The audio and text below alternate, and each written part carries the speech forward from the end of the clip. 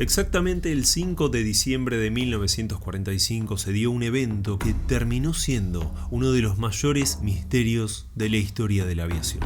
Te pido que te quedes para conocer cada detalle sobre este caso llamado el enigma del vuelo 19. Bienvenidos a un nuevo episodio de ¿Quién fue? Ya se había declarado la paz y finalmente la Segunda Guerra Mundial había terminado, dejando millones de muertos, heridos, ciudades totalmente destruidas. En definitiva, el mundo tenía una herida que hasta hoy continúa abierta.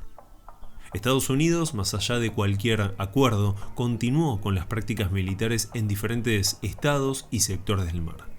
Así fue que exactamente el día 5 de diciembre de 1945, el experimentado piloto Charles Taylor se preparaba en la base de Fort Lauderdale junto a 14 compañeros más.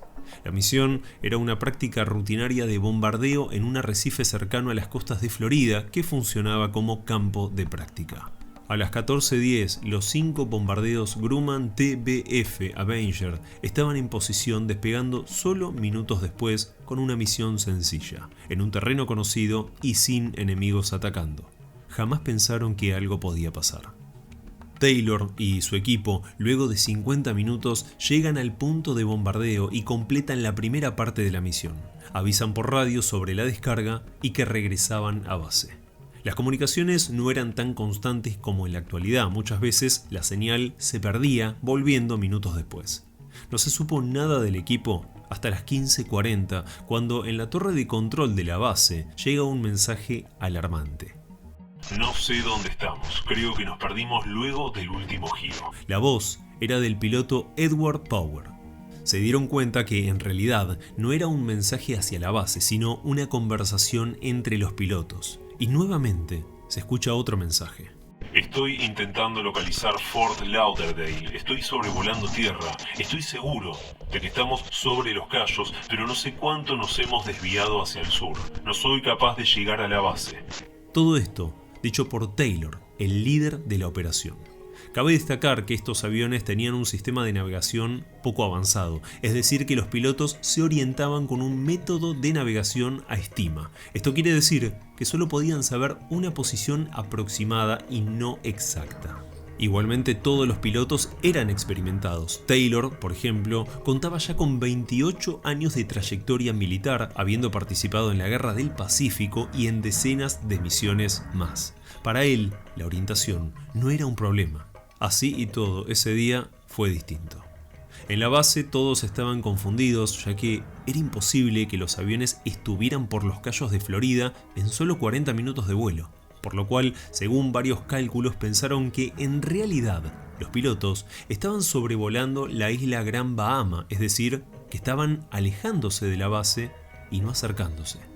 Intentaban comunicarse, pero era imposible. Era evidente, y querían avisarles, al menos para los técnicos de la torre de control, que tras no seguir el plan de vuelo y tomar algún atajo, perdieron orientación por completo yendo en rumbo este y no suroeste como deberían. A las 16:45 se escucha un nuevo mensaje en la radio donde Taylor indica que tomaban rumbo 030 grados durante 45 minutos para luego girar en rumbo norte para intentar buscar una posición conocida y lograr llegar a base. Todos estaban desesperados, ya que si los cálculos eran correctos, esta decisión los metería de lleno en el océano Atlántico, posiblemente sin ninguna posibilidad de retornar a la base.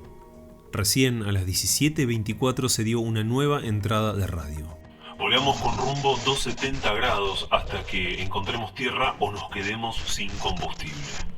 Casi pegado a esto, dos pilotos, no se supo quiénes eran, debatían sobre la posición y el mal cálculo. Ellos estaban en lo correcto, pero no podían desobedecer al líder del escuadrón por una cuestión de rangos.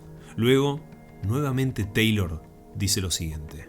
Creo que no hemos volado el suficiente tiempo rumbo este. Debemos dar la vuelta y volar con rumbo este otra vez. Esta decisión era clave, ya que no tenían posibilidad de error. Habían volado demasiado tiempo y todavía estaban perdidos.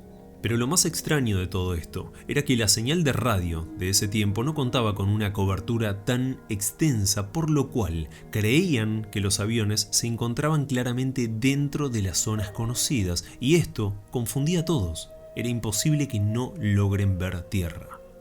A las 18:20 se escuchó un mensaje. Era Taylor diciendo esto: Vamos a juntarnos todos lo más cerca posible e intentar ahorrar combustible. Lo más probable es que tengamos que amerizar. Cuando uno de nosotros esté por debajo de los 10 galones, nos vamos todos abajo. Esto fue lo último que se escuchó.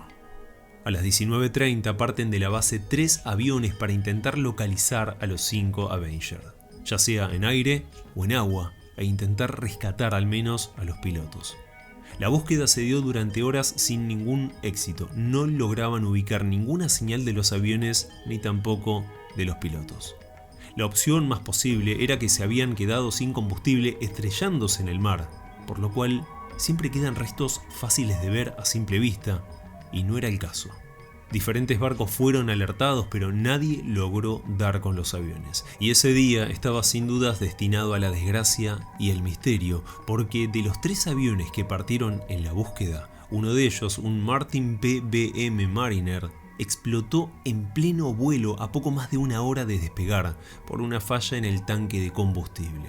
La fatalidad, curiosamente, se dio cuando el avión sobrevoló la zona en donde supuestamente los 5 Avengers se habían desorientado.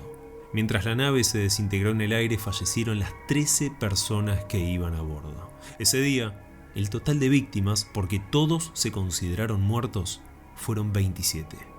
Desde ese momento comenzaron a surgir algunas hipótesis sobre lo que pasó ese día, ya que era muy extraño que estos pilotos se desorienten volando una zona que conocían a la perfección y luego el otro avión que explotó sorpresivamente. Se creía que posiblemente el evento estuvo relacionado con algún ataque alienígena. Muchos descartaron esto, por supuesto, y plantearon otra teoría que continúa hasta el día de hoy. Todo sucedió en un lugar conocido como el Triángulo de las Bermudas, muy famoso por la cantidad de desapariciones tanto de barcos como de aviones, y de forma siempre inexplicable. Un dato interesante es que un buscador de tesoros, junto con su equipo, se encontró mientras buscaba galones españoles con 5 aviones Avenger hundidos en la zona donde desaparecieron. Estaban sanos, es decir que no sufrieron un fuerte impacto contra el agua, no había restos de huesos en su interior, ni datos que confirmen que se trataba de estos aviones desaparecidos. Aunque la realidad es que fueron los únicos Avengers desaparecidos en ese lugar, por lo cual el caso estaba resuelto. Se quedaron sin combustible y cayeron al mar muriendo ahogados todos los pilotos. Pero hay un detalle que para muchos no termina de cerrar.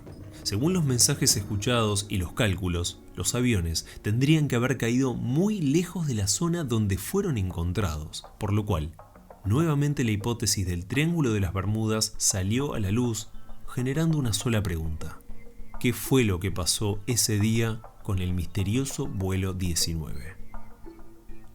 Desde ya invito a todos a dejar sus opiniones sobre este caso que aún hoy, y más allá de que algunos datos se fueron deformando con el tiempo, sigue siendo una muy buena historia. Esto es ¿Quién fue? Y nos vemos en el próximo capítulo.